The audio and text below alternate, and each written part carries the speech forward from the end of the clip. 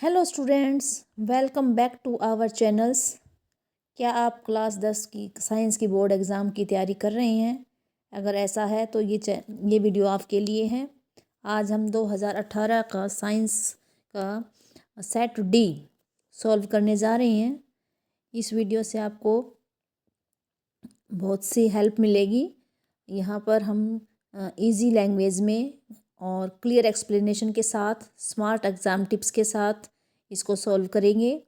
और वीडियो को लास्ट तक देखिए ताकि आपका कॉन्फिडेंस बूस्ट हो जाए।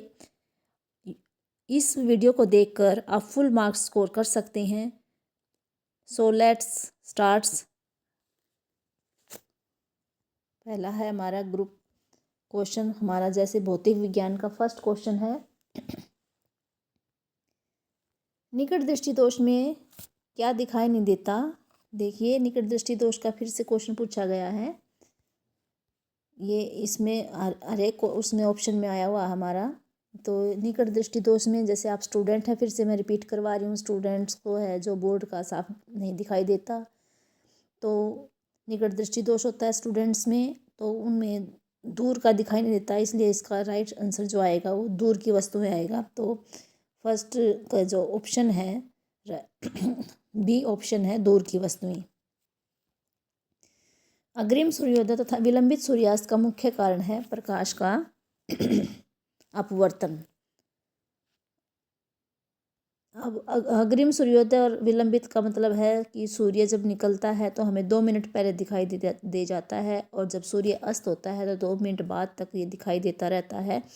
ये किस कारण होता है? अपवर्तन के कारण होता है, क्योंकि जब प्रकाश की किरण चलती है तो जो वायुमंडल है वो कई परतों से बना होता है, और वायुमंडल की जो परतें हैं विरल परतें भी हैं, सघन परतें भी हैं। तो विरल से जब सघन परत में जाता है प्रकाश की किरण, तो वो विलंब की ओर मुड़ जाती है। तो इसलिए हमें जो है इसकी वास्तविक स्थिति दिखाई नहीं देती।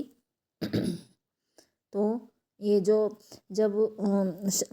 हमारा सूर्यास्त हो रहा होता है, अस्त हो रहा होता है या उदय हो रहा होता है, तो अस्त होगा तो अस्त होने के बाद के 2 मिनट तक हमें दिखाई देगा, और निकलता है, निकलने से पहले ही हमें 2 मिनट वो अपवर्तन के कारण ही दिखाई देता है। तो इसका जो हमारा राइट आंसर है वो ए अपवर्तन है। अगला क्वेश्चन देखिए, थर्ड क्वेश्चन है, कौन सा यंत्र है विभवांतर को मापने के लिए उपयोग में लाया जाता है? इनमें से एमीटर से तो हम विद्युत धारा मापते हैं, वोल्ट मीटर से हम विभवांतर मापते हैं। तो हमारा जो राइट आंसर है वो बी है, वोल्ट मीटर है। सी और डी में इसमें से कोई नहीं है। मोमबत्ती के जलने पर रासायनिक ऊर्जा किस में परिवर्तित हो जाती है? जब मोमबत्ती जलती है तो जैसे ऊष्मा निकलती है, तो वो ऊष्मा ऊर्जा में भी, और जब ज्वाला के साथ जलती है तो प्रकाश भी होता है, तो प्रकाश ऊर्जा में भी बदल जाती है। अगला क्वेश्चन देखिए, तो इसके दोनों राइट आंसर जो है सी ऑप्शन है, ए और बी दोनों। ऊर्जा, पांचवा क्वेश्चन हमारे सिलेबस में नहीं है। आदर्श स्रोत में क्या ऊर्जा के आदर्श स्रोत में क्या गुण होते हैं? ये नहीं है। छठा क्वेश्चन देखिए, 2 ओम, 3 ओम और 6 ओम के प्रतिरोधकों को किस प्रकार संयोजित किया जाए कि संयोजन का कुल प्रतिरोध 1 ओम हो? देखो, इसमें ये ध्यान देने की बात है कि अगर प्रतिरोध, जब कुल प्रतिरोध 1 ओम है, यानी कि हमारे पास 3 प्रतिरोध हैं, 2 है, 3 है, 6 ओम है, और ये अगर हम श्रेणी क्रम में जोड़ते हैं तो 2, 3, 5 और 6 11 ओम आ जाएगा, और 11 ओम एक से ज़्यादा है, इसलिए हमें क्या करना पड़ेगा? इसको समांतर क्रम में जोड़ना पड़ेगा। और समांतर क्रम में हम जोड़ के देख सकते हैं, हीट एंड ट्राई मेथड से भी 2 को हम श्रेणी क्रम में जोड़े, 1 को समांतर क्रम में, ऐसे हम कर करके देख सकते हैं। लेकिन हम जब हमने इनको तीनों को समांतर क्रम में जोड़ के देखा तो देखिए क्या आंसर आया। R1 हमारा 2 ओम है, R2 हमारा 3 ओम है, R3 हमारा 6 ओम है। तो समांतर क्रम में जो हमारा फार्मूला होता है जोड़ने का, वो 1/R is equal to 1/R1 plus 1/R2 plus 1/R3, ये हमारा फार्मूला होता है। तो हम इसमें वैल्यू पुट कर देते हैं 1/2 ओम, क्योंकि R1 हमारा 2 ओम है, 1/3 ओम हो जाएगा, और R3 हमारा 6 है तो 1/6 ओम हो जाएगा। फिर इसका हम LCM ले लेते हैं, और ये हमारा आ जाता है 6/6 1 ओम आ जाएगा। तो 1/r=1 ओम और r=1 ओम। तो हम ये देख लेते हैं कि समांतर क्रम में जब हमने संयोजित किया तो जो हमारा आंसर है 1 ओम आया। तो इसका ये सॉल्यूशंस होएगा। अगला क्वेश्चन भी हमारे सिलेबस में नहीं है। आगे देखिए, ये रिपीट क्वेश्चन है। कोई वस्तु उत्तल लेंस के मुख्य फोकस तथा प्रकाशीय केंद्र के मध्य स्थित है। उस वस्तु की स्थिति, साइज या तथा प्रकृति का रेखा चित्र बनाइए। देखिए, क्वेश्चन नंबर जरूर अच्छे से लिखना है। जैसे 8 का ए पोर्शन है तो ए लिखना है, बी कर रहे हो तो बी लिखना है। तो ये क्वेश्चन देखिए उत्तल लेंस वाला, ये रिपीट क्वेश्चन है, बार बार आ रहे हैं ये वाला। तो हम सबसे पहले हमने क्या देखा था कि बीम की स्थिति क्या है। बीम देखना है, लेंस कौन सा है ये ध्यान रखना है, उत्तल लेंस है। फिर उसकी स्थिति हमें अच्छे से आनी चाहिए, मुख्य फोकस और प्रकाशीय केंद्र ओ के बीच में। तो ये पहले हमें क्वेश्चन करने से पहले ये हमारे अच्छे से देख लेना है कि लेंस कौन सा है और वस्तु कहाँ रखी है। फिर हमें इसका डायग्राम ड्रॉ करना है। पहले हम लेंस बना लेंगे, लेंस के बीचों बीच हम मुख्य एक्स ड्रॉ कर लेंगे।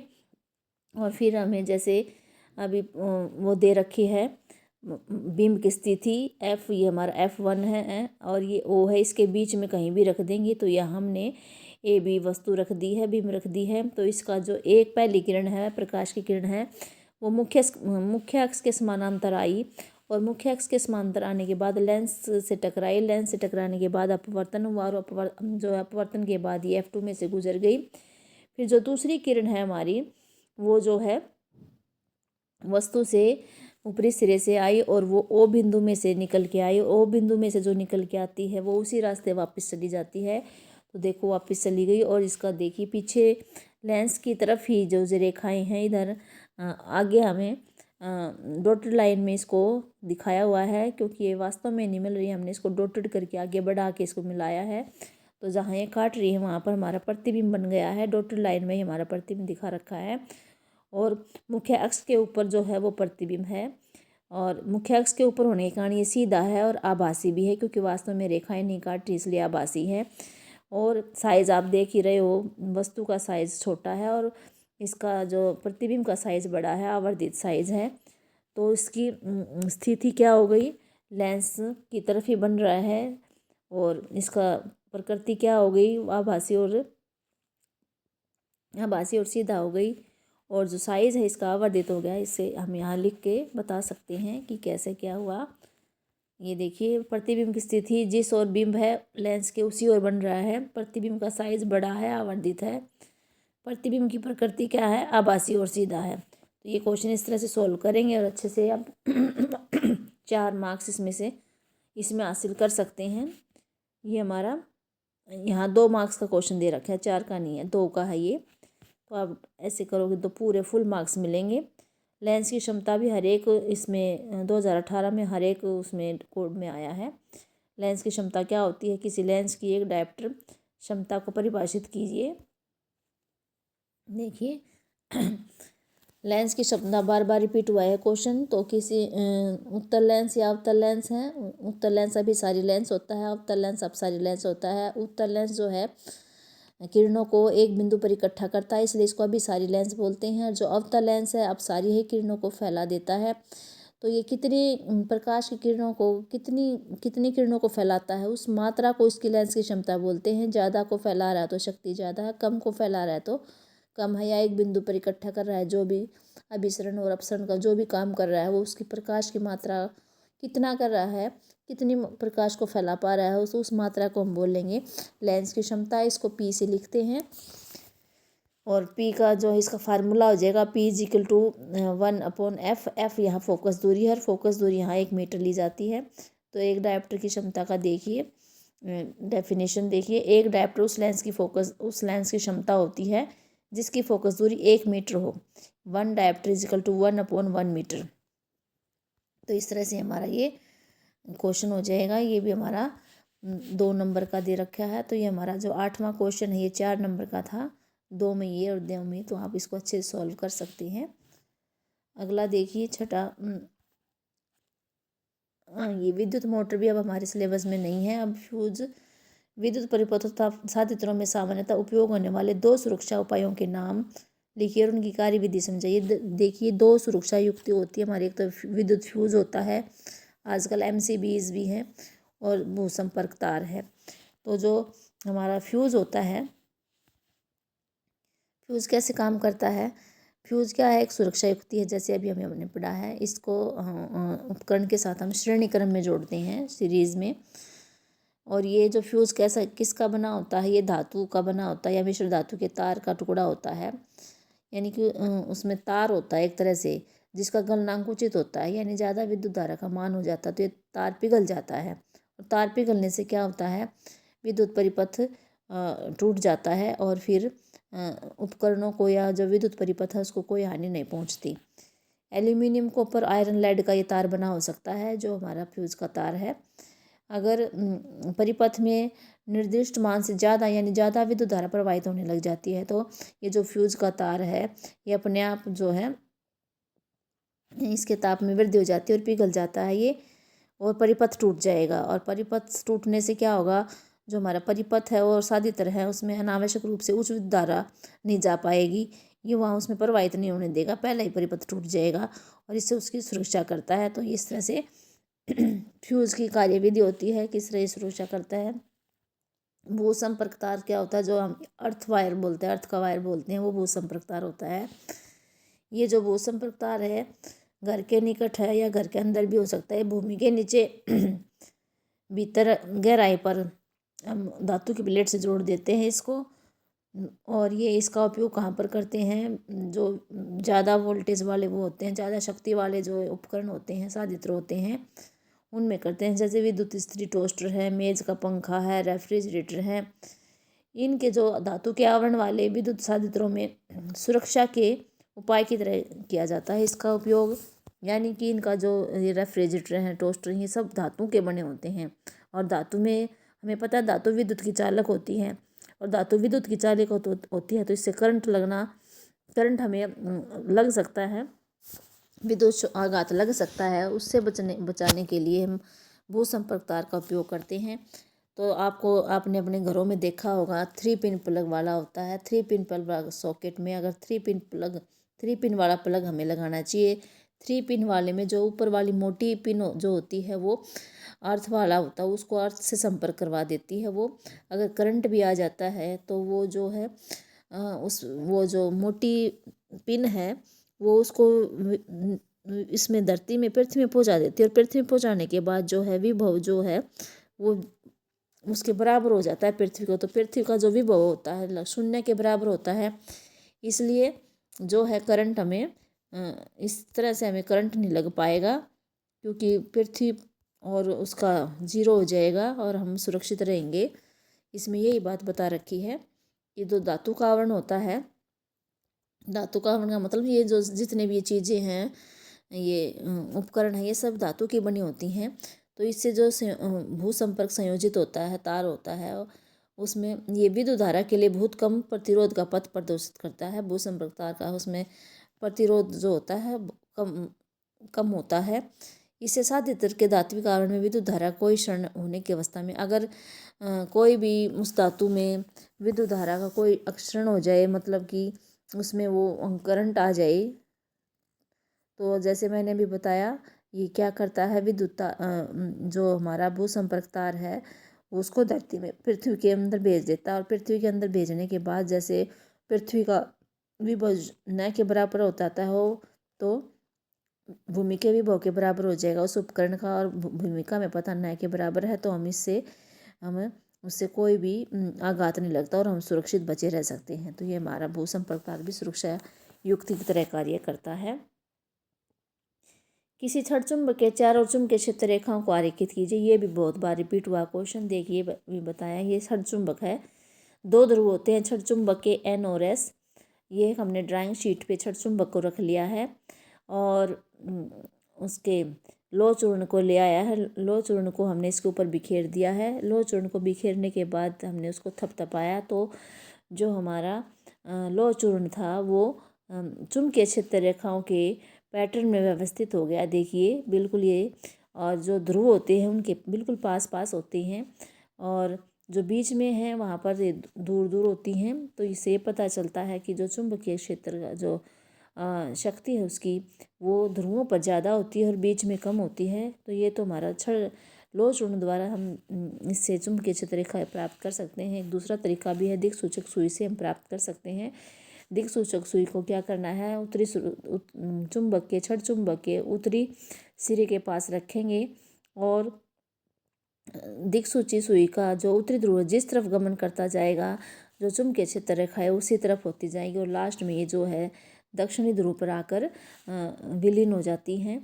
और इस तरह से ये हम बहुत सारी जो है चुंबकीय क्षेत्र रेखाएं प्राप्त कर सकते हैं। और ध्यान दीजिए, देखिए चुंबकीय क्षेत्र रेखाएं हैं, ये कभी भी एक दूसरे को नहीं काटती हैं, ये उत्तर ध्रुव से निकल रही हैं। ध्यान रखना, जब भी हम डायग्राम बनाएंगे तो देखिए उत्तरी ध्रुव से तो निकलती हुई दिखाई देखना। जितने भी ये तीर के निशान है ये देख लो ध्यान से, वैसे तो एक ही दिशा में लग रहे हैं, नीचे से भी ऊपर से भी, लेकिन एन उत्तरी ध्रुव से निकलते हैं और दक्षिण ध्रुव में ये विलीन हो जाते हैं।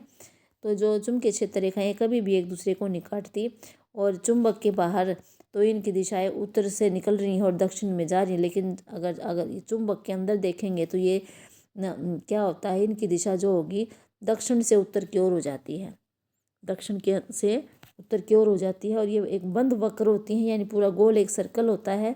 तो आप ये एक डायग्राम ड्रॉ कर देंगे तो भी आपको 2 नंबर मिल जाएंगे। बस आपको ये ध्यान रखना है कि उत्तर दिशा से निकलते हुए दिखाना है और दक्षिण ध्रुव में वो विलीन होते हुए दिखाना है। तो ये हमारा क्वेश्चन हो जाएगा, चुंबकीय क्षेत्र रेखाओं को कैसे प्राप्त करेंगे क्षण चुंबक द्वारा। अगला ये जो हमारा 6 नंबर का क्वेश्चन था, 4 नंबर में तो था ये हमारा क्या था, ये फ्यूज और हमारा भूसंपर्क तार, और दूसरा था ये क्षण चुंबक वाला 6 वाला, अथवा में मोटर था। मोटर हमारा सिलेबस में है नहीं तो ये करना है। अब हमारा रसायन विज्ञान जो है पोर्शन स्टार्ट हो गया है। रसायन विज्ञान का जो पहला क्वेश्चन है वो है, निम्न में से ऊष्माक्षेपी अभिक्रिया कौन सी होती है। पहले तो मैं ये पता होना चाहिए ऊष्माक्षेपी का मतलब क्या है। ऊष्माक्षेपी का मतलब है कि उत्पाद भी बन रहा है, उसके साथ साथ ऊष्मा भी निकल रही है, तो उसको ऊष्माक्षेपी अभिक्रिया बोलते हैं। देखिए कैल्शियम कार्बोनेट का ऊष्मा द्वारा वियोजन। अब देखो इसने कहा है ऊष्मा द्वारा, यानी हमने इस अभिक्रिया में कैल्शियम कार्बोनेट के वियोजन में ऊष्मा देनी पड़ रही है, तो ये ऊष्माशोषी हो गई, ऊष्माक्षेपी नहीं है। सिल्वर क्लोराइड का सूर्य के प्रकाश से वियोजन, ये भी इसमें भी सूर्य का प्रकाश इसको दिया जा रहा है, तो ये भी हमारी ऊष्माशोषी अभिक्रिया है, क्षेपी नहीं है। अगली ऑप्शन देखिए, सी वाली, वनस्पति द्रव्य का कंपोस्ट में विघटन। हाँ, ये वनस्पति द्रव्य का है, यानी कि कोई भी छिलके हैं, कृषि अपशिष्ट हैं, जो भी हैं, अगर हम उनसे खाद बनाते हैं, कंपोस्ट खाद बनाते हैं, तो देखते हैं हम उसको, जब उसको गड्ढे में दबा देते हैं तो 10-15 दिन के बाद देखते हैं, गड्ढे को खोदते हैं तो वो हमें गरम गरम महसूस होता है, यानी कि जब खाद बनती है तभी ऊष्मा निकलती है, तो वो ये ऊष्माक्षेपी विक्रिया होती है। लेड नाइट्रेट का ऊष्मा द्वारा अपघटन, ये देखिए इसमें ऊष्मा दी जा रही है, इसलिए ऊष्माशोषी अभिक्रिया है। तो सी ऑप्शन ठीक है, हमारी ऊष्माक्षेपी अभिक्रिया वनस्पति द्रव्य का कंपोस्ट में विघटन होता है। अगला क्वेश्चन देखिए, उस पदार्थ का नाम बताइए जो क्लोरीन से अभिक्रिया करके विरंजक चूर्ण बनाता है। विरंजक चूर्ण हो गया ब्लीचिंग पाउडर। तो अब हम कैसे बनाएंगे, इसमें बुझे हुए चूने में क्लोरीन गैस गुजारेंगे तो कैल्शियम ऑक्सीक्लोराइड बन जाता है। तो इसका जो राइट आंसर है वो बी ऑप्शन है, बुझा हुआ चूना। अगला क्वेश्चन देखिए, निम्न में से किस तत्व में कुल 2 कोष हैं। 2 कोष के और एल 2 कोष होने चाहिए, और संयोजकता कोष में 3 इलेक्ट्रॉन होने चाहिए, यानी जो हमारा एल कोष है उसमें 3 होने चाहिए, यानी पहले में 2 हो गए, दूसरे में 3 हो गए, 5 हो गए। 5 देखिए किस में मिलेंगे, 5 देखो बोरोन, 5 होते हैं बोरोन में। नाइट्रोजन में 7 हो गए, कार्बन में 6 हो गए, ऑक्सीजन में 8 हो गए। तो इसका जो राइट आंसर है वो बोरोन है, ए ऑप्शन। अगला देखिए, निम्न अभिक्रिया के लिए संतुलित रासायनिक समीकरण लिखिए। अब हमें ये इनके प्रतीक फार्मूले बनाने आने चाहिए, तभी हम ये संतुलित ठीक ढंग से कर पाएंगे। एल्यूमिनियम का प्रतीक होता है Al प्लस, कॉपर क्लोराइड है, इसमें कॉपर की वैलेंसी 2 है तो क्लोरीन की 1 है, कॉपर CuCl2 इसका फार्मूला बन जाएगा। एल्यूमिनियम क्लोराइड जो है, एल्यूमिनियम की वैलेंसी जो है संयोजकता 3 होती है, क्लोरीन की 1 होती है, इसलिए AlCl3 ये हमारा फार्मूला बन जाएगा। और प्लस में Cu कॉपर। अब इसको बैलेंस करना है। बैलेंस करने के लिए हम क्या करेंगे, देखिए ये दो जो मैंने आगे 2 3 ये लगा रखे हैं फार्मूले से पहले, ये बैलेंस करने के लिए लगा रखे हैं। तो देखिए मान लीजिए ये 2 और ये 3 नहीं है, तो शुरू में एल्यूमिनियम 1 था और यहाँ भी एक एल्यूमिनियम था, ये संतुलित थे। लेकिन फिर देखिए कॉपर क्लोराइड में जो हमारा है CuCl2 था, यानी कि यहाँ क्या है, इस यहाँ 2 नहीं होगा, तो देखो CuCl2 है, यहाँ पर Cl2 2 है, लेकिन यहाँ एल्यूमिनियम क्लोराइड के साथ 3 है। अब यहाँ कहाँ कम है, CuCl2 की तरफ कम है, तो यहाँ हम बढ़ाएंगे। मान लीजिए हमने 2 लगा दिया Cu के आगे, तो ये 4 हो गया, यहाँ 3 रह गए, और यहाँ अगर हम आगे 2 लगाएंगे तो ये 6 हो जाएंगे। तो यहाँ 6 करने के लिए कॉपर के आगे हम 3 लगाएंगे, तो हमने ऐसे 3 लगा दिया, 3 CuCl2, 3 दूनी 6 हो गए, और ये 2 या 6 क्लोरीन हो गई। तो हमारी 2 चीज़ें संतुलित हो गई हैं। एल्यूमिनियम 2 हो गई, इधर भी एल्यूमिनियम 2, क्लोरीन जो है 3 दूनी 6 हैं, और ये भी 2 या 6 हो गई। कॉपर देखिए Cu है इधर, 3 लगाने से हमने यहाँ आगे 3 लगा दिए, तो कॉपर भी हमारे 3 हो गए हैं। तो ये तीर के निशान से पहले और तीर के निशान के बाद ये बराबर होने चाहिए, तब ये संतुलित हो जाती है। तो ये हमारा 2 नंबर का क्वेश्चन है, और बिल्कुल ईजी है। जिस बच्चे ने अच्छे से 9th में फार्मूले बनाने सीखे होंगे या 10th में सीख लिए होंगे, उनके लिए बिल्कुल आसान है। अगला क्वेश्चन देखिए, पीतल एवं तांबे के बर्तनों में दही एवं खट्टे पदार्थ क्यों नहीं रखने चाहिए। हमने पढ़ा है कि जो धातुएं होती हैं वो अम्लों के साथ अभिक्रिया करके लवण और पानी लवण और हाइड्रोजन गैस बनाती हैं। तो अब देखिए दही में हमें पता है कि लैक्टिक अम्ल होता है, और ये जो बर्तन हैं पीतल और तांबे के, इनमें धातु होती है, और ये इस धातु के साथ अभिक्रिया करके विषाक्त होता है, जहरीला लवण बना लेते हैं इसे। अगर ये दही इन बर्तनों में रखी हुई दही अगर हम खाते हैं, तो हमारे अंदर जो है ये विषाक्त लवण बन जाएगा, और फूड पॉइजनिंग का कारण बनता है, जिससे पेट में दर्द हो जाएगा, और ये हानिकारक होगा हमारे लिए। और जो जिस बर्तन में रखते हैं उस बर्तन को ये संक्षारित भी कर देता है। तो इसलिए हमें जो दही है वो इसमें धातुओं वाले बर्तन में नहीं रखने चाहिए, पीतल तांबे वाले बर्तन में नहीं रखने चाहिए।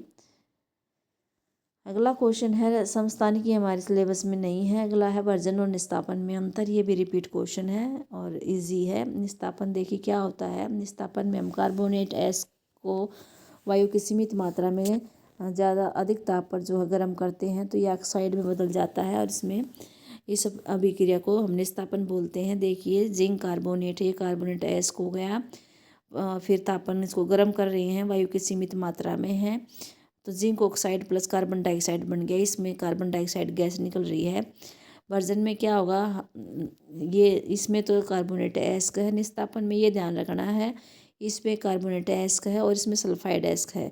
इतना ध्यान रखते ही आपको क्वेश्चन याद हो जाएगा कि सल्फाइड किस में है और निस्तापन किस में, मतलब कार्बोनेट किस में है। तो सल्फाइड जो एक्स है उसको वायु की उपस्थिति में अधिक ताप पर, इसमें ज़्यादा मात्रा में वायु चाहिए है, उसमें एक सीमित मात्रा थी, इसमें ज़्यादा मात्रा में, ये भी अंतर में आ जाता है। तो ये ऑक्साइड में बदलते हैं तो इसको वर्जन बोल लेंगे। बस क्या अंतर है, यहाँ वायु की अधिक मात्रा है और निस्तापन में सीमित मात्रा है। वैसे उसको गर्म कर रहे हैं, वैसे इसको गर्म कर रहे हैं, और एक अयस्क में अंतर है, यहाँ सल्फाइड अयस्क है और यहाँ पर जो है कार्बोनेट अयस्क है इसमें।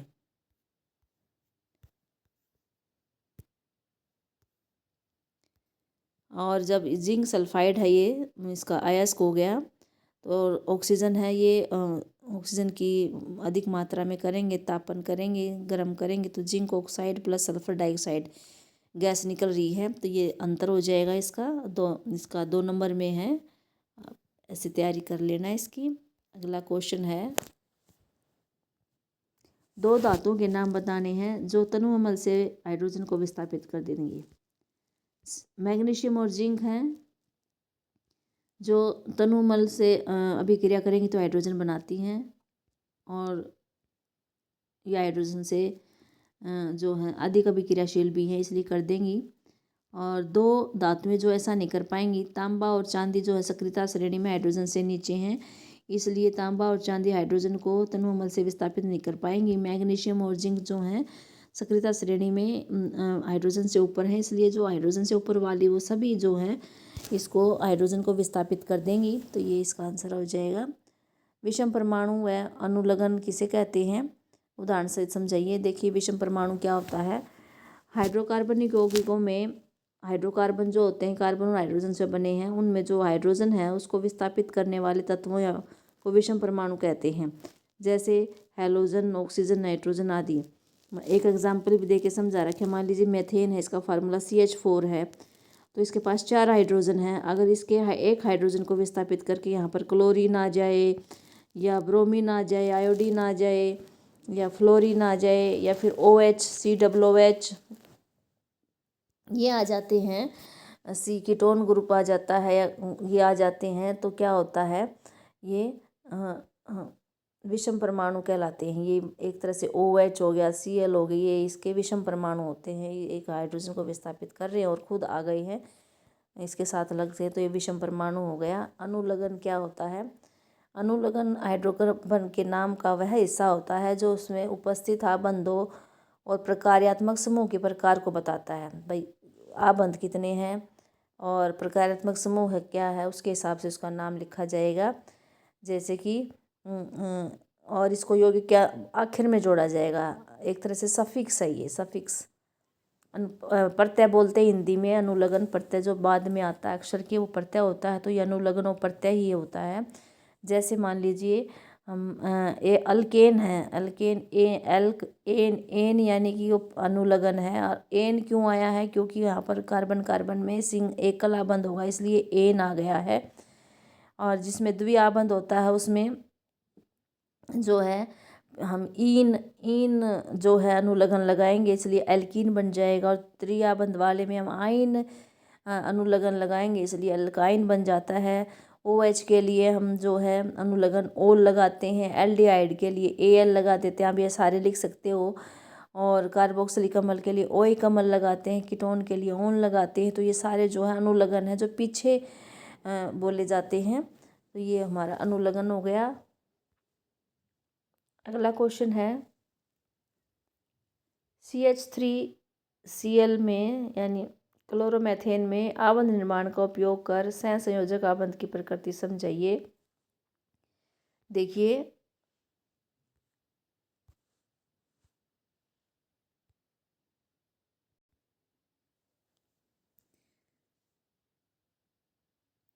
CH3Cl में आबंध निर्माण का उपयोग करके सहसंयोजक आबंध की प्रकृति देखिए कैसे होएगा। ये कार्बन के पास 4 संयोजकता इलेक्ट्रॉन होते हैं और उसमें से वो 3 तो हाइड्रोजन के साथ अपना परमाणु के साथ साझा कर लेंगे। 3 इलेक्ट्रॉन होते हैं उनके साझेदारी तो किसके साथ करते हैं, हाइड्रोजन के साथ। देखिए इसलिए तो CH3 3 के साथ कर लिया। जो चौथा इलेक्ट्रॉन है कार्बन का, उसके साझेदारी वो क्लोरीन के साथ, क्लोरीन परमाणु के साथ करते हैं और सहसंयोजक आबंध बनते हैं। देखिए CCl के बीच में ये देखिए जो C दिखा रखा है, इसके इलेक्ट्रॉन को तो हमने क्रॉस से दिखाया है, हाइड्रोजन को इलेक्ट्रॉन को हमने छोटे डॉट के साथ दिखाया है, और जो क्लोरीन है उसका बड़ा जो है सर्कल दिखा रखा है, इससे दिखाया है। तो इसको आप समझ जाओगे। देखिए क्लोरीन जो होता है इसके पास 7 इलेक्ट्रॉन होते हैं, संयोजकता इलेक्ट्रॉन 7 दिखा रखे हैं और 1 इलेक्ट्रॉन की कार्बन के साथ साझेदारी करके सहसंयोजी आबंध बना रहा है।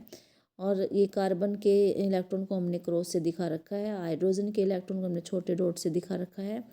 देखिए 3 हाइड्रोजन हैं, तीनों की कार्बन के 3 इलेक्ट्रॉनों 3 हाइड्रोजन के साथ अपने इलेक्ट्रॉनों की साझेदारी कर रहे हैं। इस तरह से ये सहसंयोजी 3 सहसंयोजी 4 सहसंयोजी आबंध बन गए। इसमें हम इसको ऐसे पूरा दिखा सकते हैं और फिर ये क्लोरोमेथेन इस तरह से इसका कंप्लीट हो जाएगा। अगला हमारा क्वेश्चन है कि भाई साइक्लोहेक्सेन की संरचना बताइए। साइक्लोहेक्सेन की देखिए ये नीचे वाला दिखा रखा है साइक्लोहेक्सेन। साइक्लो माने साइकिल के हैं, वलय के रूप में है। हेक्सेन हेक्स माने 6 कार्बन है, एन माने एकल आबंध है। तो देखिए हमने थोड़ा षटकोण बना के इसको ताकि बच्चों को आसानी हो। षटकोण बना लेना है, हर एक कॉर्नर पर हमने सी लगा दिया है। और ये ध्यान रखना है सी के पास सी 4 आबंद बना सकता है, तो सी के जो चारों आबंद गिन के हमने कंप्लीट करने होते हैं। तो ये देखो दो तो हाइड्रोजन के साथ बन रहे हैं आबंद, इनके दो बन रहे हैं कार्बन के, दोनों तरफ कार्बन लगे हुए हैं। तो ये इसके एक जो कार्बन है उसके 4 संयोजक 4 जो हैं आबंद पूरे हो रहे हैं, तो ये संतुष्ट हो गया है। तो इस तरह से देखिए C6H12 इसकी क्या बनेगी, C6H12 बन जाएगा इसका फार्मूला। तो इस C6H12 आप लिख भी सकते हो यहाँ पर C6H12।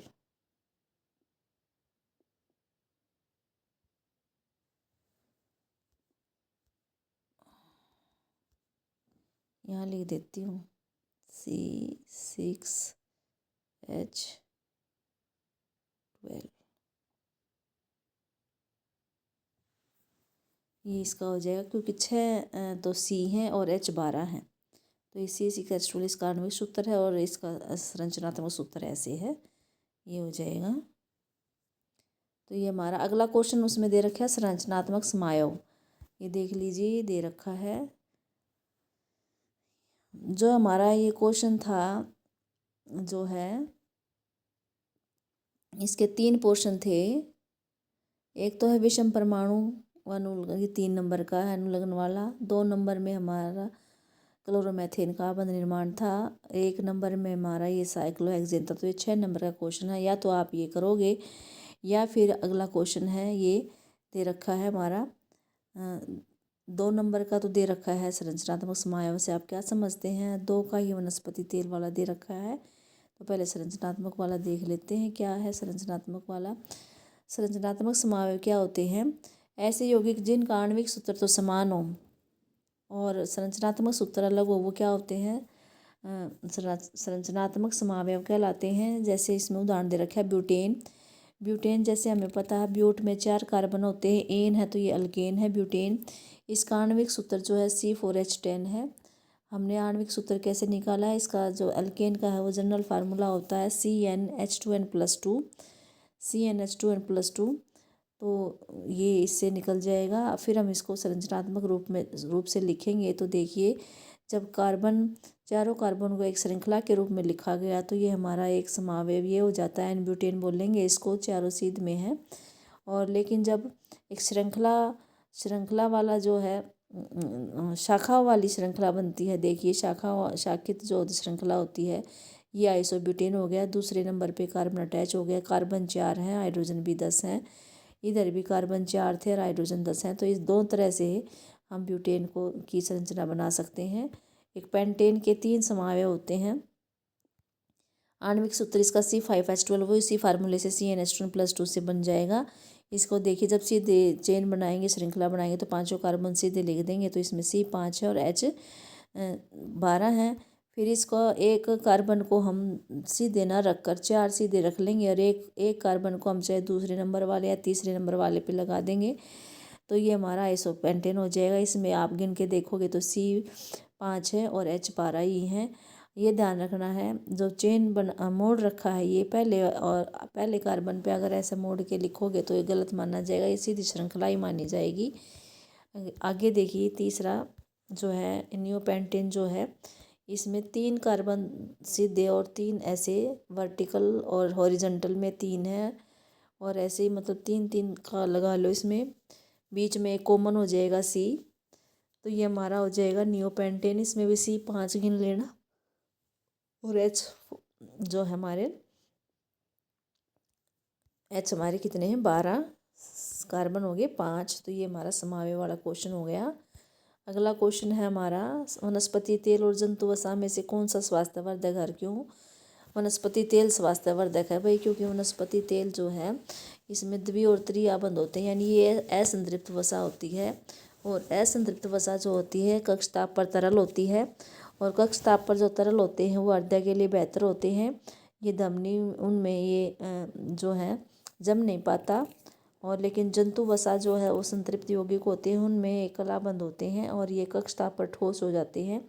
ठोस अवस्था में पाए जाते हैं और ठोस चीज़ हो जाती है तो वो धमनियों में जम जाती है और ये शरीर को नुकसान पहुंचा सकती है, हृदय को नुकसान पहुंचा सकती है। तो आप ये दे सकते हैं। अगला क्वेश्चन है हमारा,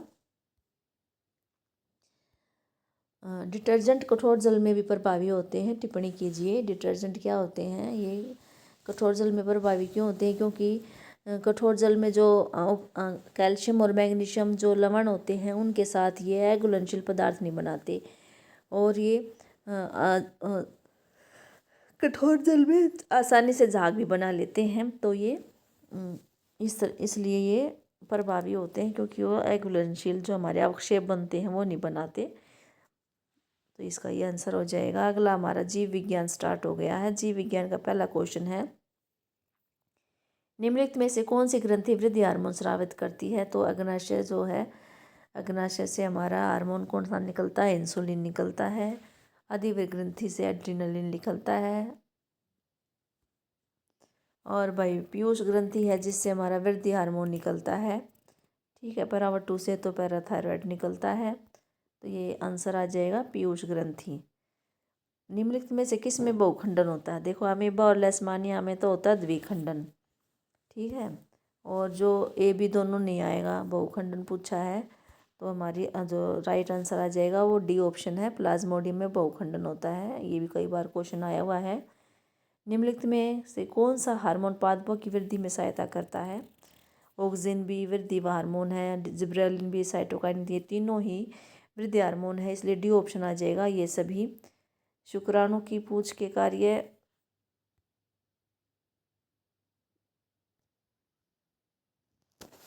शुक्राणु की पूंछ का कार्य देखिए। शुक्राणु की पूंछ क्या करती है? शुक्राणु की सहायता करती है किसमें? मादा जनन कोशिका की ओर तैरने में, अंडाणु की ओर तैरने में सहायता करती है। तो ये हमारा क्वेश्चन 21वां था और ये 22वां 23वां हमारे सिलेबस में नहीं है। अगला क्वेश्चन देखिए, पारितंत्र में ऊर्जा का प्रवाह एक ही दिशा में होता है, वर्णन कीजिए। देखिए, पारितंत्र में जो है ऊर्जा सूर्य से आती है। सूर्य से कौन लेगा? सबसे पहले पौधे लेते हैं। पौधे उससे अपना भोजन बनाते हैं प्रकाश संश्लेषण प्रक्रिया द्वारा। फिर उनको पौधों को, जो पौधों पे डिपेंड है शाकाहारी, वो उनको खाते हैं। तो सूर्य की ऊर्जा पौधों में चली गई, पौधों की ऊर्जा जो है शाकाहारियों में चली गई, शाकाहारियों को मांसाहारी ने खाया तो शाकाहारियों की ऊर्जा मांसाहारी में चली गई और जब से सबसे ऊपर शीर्ष मांसाहारी है तो मांसाहारी की ऊर्जा उसमें चली गई। अब नीचे से मतलब सूर्य के प्रकाश से लेकर ऊपर तक पहुंच गई, लेकिन शीर्ष मांसाहारी से वो मांसाहारी में वापस नहीं आ सकती, मांसाहारी से शाकाहारी में नहीं आ सकती और शाकाहारी से उत्पादक में नहीं आ सकती और उत्पादक से वापस ये सूर्य के प्रकाश में नहीं आ सकती। इसका मतलब एक ही दिशा में चलेगी, सूर्य के प्रकाश से लेकर ऊपर उत्पादक, शाकाहारी, मांसाहारी और शीर्ष मांसाहारी तक।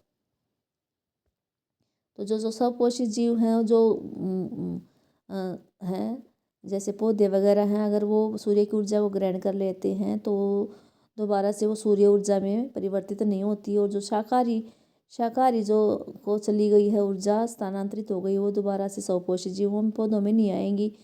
और इस तरह से विभिन्न पोषक स्तरों पर जो कर्मिक स्थानांतरित होती है वो वापस पहले वाले स्तर पर उपलब्ध नहीं होती। इसलिए हम कहते हैं कि पारितंत्र में ऊर्जा का प्रवाह एक ही दिशा में होता है। ये आप डायग्राम इसका बना सकते हैं ऐसे।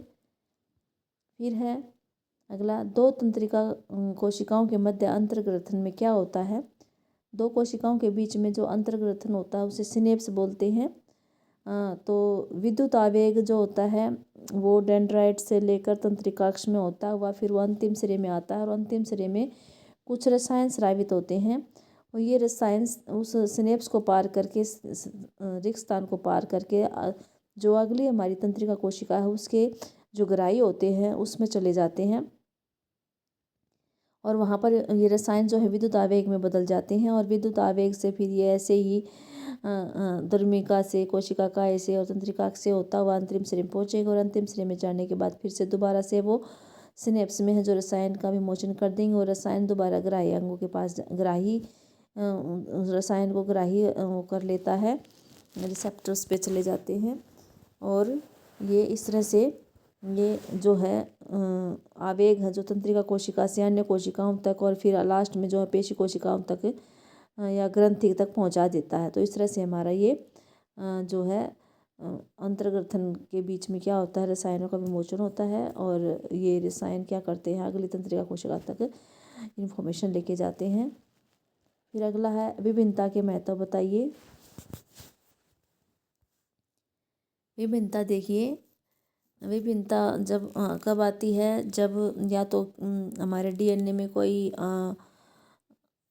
परिवर्तन हो जाता है, म्यूटेशन हो जाए, कुछ हो जाए, और लैंगिक जनन के दौरान आती है, क्योंकि लैंगिक जनन में दो पेरेंट्स होते हैं, माता और पिता, और अलग अलग उनमें जो होते हैं जीन होते हैं, डीएनए होता है, तब वो जब एक संतान बनती है उनसे, तो दोनों के गुण उसमें आ जाते हैं, तो वो विभिन्नताएँ आ जाती हैं और उत्तरोत्तर पीढ़ियों में विभिन्नताएँ जो इकट्ठी होती चली जाती हैं। तो ये इनका फ़ायदा क्या होता है, एक तो ये है, अगर हमारा जो परिवेश बदलता है, उस पर बदलते हुए परिवेश के अनुसार जो उसको ढालने में ये हमारी विभिन्नताएँ सहायता करती हैं, और ये विकास का आधार बनता है। नई प्रजातियों का विकास होता है, उसका भी ये आधार बनता है, और ये अस्तित्व के लिए संघर्ष करने में मदद करती है। अगर हमें अपना अस्तित्व बनाए रखना है तो उसमें संघर्ष हम जो कर रहे हैं वो विभिन्नताओं के कारण ही हम कर पाते हैं। जैसे एग्जाम्पल दे दिया है, यदि मान लीजिए शीतोष्ण जल है, उसमें भी बहुत सारे जीवाणु पाए जाते हैं, समष्टि हैं उनकी, और किसी कारण से हमारा जो है वैश्विक उष्मीकरण हो गया है, मतलब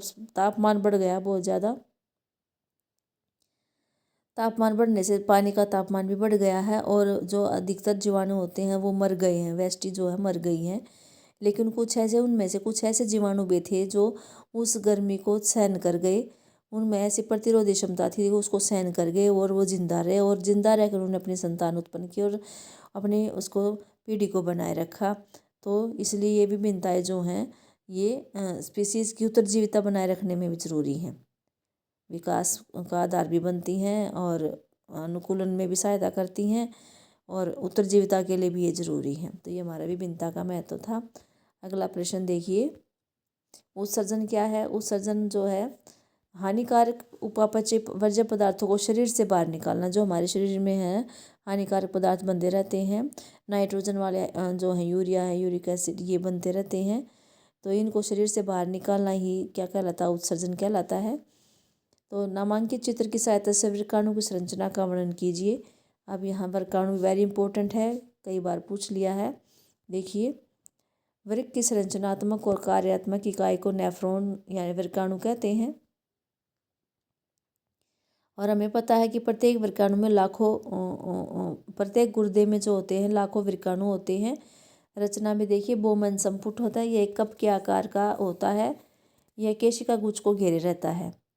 ये देखिए डायग्राम देख लीजिए पहले, ये देखिए ये बोमन संपुट है, पीला पीला कप के आकार का है, इसमें अंदर जो है धमनी वृक्क की धमनी आई हुई है, यहाँ पर ये केशिकाओं में टूट गई है, तो इसको केशिका गुच्छ बोल लेंगे। यही हमारा जो रक्त होता है वो छनता है, और ये जो आगे जो है नलिकाकार भाग है, इसमें ये जो निस्संदन बोलेंगे, छनने के बाद जो आता है वो निस्संदन इसमें आता है, और यहाँ पर जो उसमें उपयोगी पदार्थ होते हैं, मिनोमल है, ग्लूकोज है, कुछ आयन है, वो पानी है, वो इनका यहाँ पर अवशोषण पुनः अवशोषण हो जाता है। और कुछ ऐसे पदार्थ भी हैं ये जो इसमें स्राव निस्संदन में अपना स्राव डालते हैं, सिक्रेशन, हाइड्रोजन आयन है, पोटेशियम आयन, अमोनियम आयन है, उसमें चले जाते हैं। फिर ये जो नलिकाकार भाग से ही ये सारा जो निस्संदन है हमारा इसमें संग्राहक नली में आ जाता है। संग्राहक नली से ये जो है गुर्दे से मूत्रवाहिनी मूत्राशय में लेके जाती है, और मूत्राशय से फिर क्या है मूत्र मार्ग द्वारा बाहर प्रेशर पड़ने पर बाहर निकाल दिया जाता है। ये दिखा रखा है इसका, यही मैंने जो अभी पढ़ा हुआ बताया है। केशिका गुच्छ रुधिर कोशिकाओं का गुच्छा जहाँ पर रक्त छनता है, ये केशिका गुच्छ हमने बोमन संपुट के अंदर पाया जाता है। जो वर्गाणु का नलिकाकार भाग है वो संग्राहक नलिका में खुलता है। और क्रियाविधि, निस्संदन का मतलब है रुधिर जो है केशिका गुच्छ में छन जाता है, और वहाँ पर रक्त में ग्लूकोज, अमीनोमल, लवण, यूरिया और प्रचुर मात्रा में जल वो भी छन जाता है। चयनित पुनर्अवशोषण का मतलब है निस्संदन जब वर्ग के नलिकाकार भाग में प्रवेश करता है तो वहाँ उपयोगी पदार्थ जैसे ग्लूकोज, अमीनोमल और लवणों को नलिका द्वारा वापस अवशोषित कर लिया जाता है। जल की मात्रा का पुनर्अवशोषण किस पे डिपेंड करता है कि उसके अंदर कितना पानी है और कितना विलेय पदार्थ है, उस पर डिपेंड करता है। फिर है श्रावण नलिका एच आयन और पोटेशियम आयन और अमोनिया जैसे पदार्थों का श्रावण निस्संदन में करती है, और जो शरीर के आयनिक व अन्य अक्षार के संतुलन को बनाए रखती है। चौथा है उत्सर्जन। प्रत्येक वृक्क में बनने वाला मूत्र मूत्रवाहिनी में प्रवेश करता है, जो वृक्क को मूत्राशय से जोड़ती है। मूत्राशय पेशीय होता है और तंत्रिका तंत्र द्वारा नियंत्रित होता है। मूत्राशय में तब तक बना रहता है तब तक कि मूत्राशय का दाब उसे मूत्र मार्ग द्वारा बाहर नहीं निकाल दे। तो ये हमारा था 6 नंबर का क्वेश्चन है, उत्सर्जन क्या है और ये वृक्काणु का संरचना है, मूत्र निर्माण इसी से होता है। जो हमारा अब है लास्ट क्वेश्चन है, सजीव अपना भोजन किस प्रकार करते हैं। ये सजीव वाला देखिए, सजीव अपना भोजन 2 प्रकार से प्राप्त करते हैं। एक स्वपोषी पोषण है, विषमपोषी पोषण है। स्वपोषी पोषण में क्या होता है, वह पोषण जिसमें हरे पौधे, शैवाल तथा कुछ जीवाणु वायु से कार्बन डाइऑक्साइड और मिट्टी से पानी और खनिज लवण लेकर सूर्य के प्रकाश और क्लोरोफिल की उपस्थिति में कार्बोहाइड्रेट का निर्माण करते हैं। इस प्रक्रिया को प्रकाश संश्लेषण कहते हैं और इससे पोषण को स्वपोषी पोषण भी बोलते हैं। इसमें पौधे अपना भोजन खुद बना लेते हैं। ये इसकी अभिक्रिया है। CO2 प्लस पानी और सूर्य के प्रकाश और क्लोरोफिल की उपस्थिति में ग्लूकोज, ऑक्सीजन और जल बन जाता है।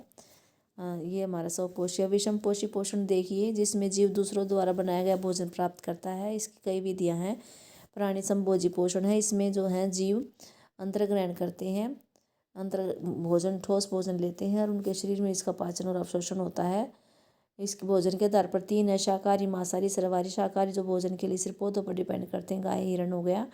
मांसाहारी जो भोजन के लिए अन्य जानवर पर निर्भर करते हैं, जैसे चीता, शेर हो गया। सर्वाहारी जो दोनों तरह का भोजन खाते हो, पौधों से भी लेते हैं और अन्य जानवर से भी लेते हैं, वो मनुष्य हो गया। मृतजीवी पोषण जो है, इसमें जीव अपना भोजन मृत और गले सड़े जीवों से प्राप्त करते हैं, जैसे कवक, मशरूम आदि हो गए। परजीवी पोषण, इसमें जीव अपना भोजन दूसरे जीवों के शरीर के ऊपर या अंदर रहकर, परजीवी हो गए जो दूसरों के शरीर पर रहते हो, परजीवी कहलाते, चाहे वो शरीर के अंदर है चाहे वो बाहर रहें। जैसे अमरबेल, जू, किलनी आदि, ये तो बाहर रहते हैं। सहजीवी पोषण होता है जिसमें 2 प्रजाति के जीव एक साथ रहते हैं और एक दूसरे को भोजन, खनिज लवण या आश्रय प्रदान करते हैं, जैसे लाइकेन का एग्जाम्पल है। इसमें कवक और शैवाल एक साथ रहते हैं। कवक घर, पानी और खनिज लवण शैवाल को देता है और शैवाल बदले में उसको प्रकाश संश्लेषण द्वारा भोजन बनाकर कवक को दे देता है। कीट भक्षी पोषण है, जिसमें ऐसे पौधे आते हैं जो कीटों का भक्षण करते हैं। नाइट्रोजन की कमी होगी, कुछ भी ऐसा हो जाता है, पोषक तत्वों की कमी को पूरा करने के लिए वो कीटों का भक्षण करना शुरू कर देते हैं, जैसे संड्यू, घटपर्णी। तो भाई आज हमारा ये सेट डी 2018 का सेट डी कंप्लीट हो गया है, यानी कि हमने 2016 के, 2017 के, 2018 के सभी कंप्लीट कर लिए हैं। और आप इनको ध्यान से देखना, आप ये बहुत अच्छी तैयारी हो जाएगी, क्योंकि इनमें सारे एग्ज़ाम ओरिएंटेड क्वेश्चंस हैं और यहाँ इजी एक्सप्लेनेशन आपको इस यूट्यूब चैनल पर, इस प्लेटफॉर्म पर सभी जो क्वेश्चन पेपर हैं 2025 तक के यहीं अवेलेबल होंगे आपको। आप वीडियो देखते रहिए और अगर आप लाइक करिए, सब्सक्राइब करिए, कमेंट्स करिए। अगर चैनल पर नए हैं तो सब्सक्राइब करना, और वीडियो देखने के लिए आपका धन्यवाद।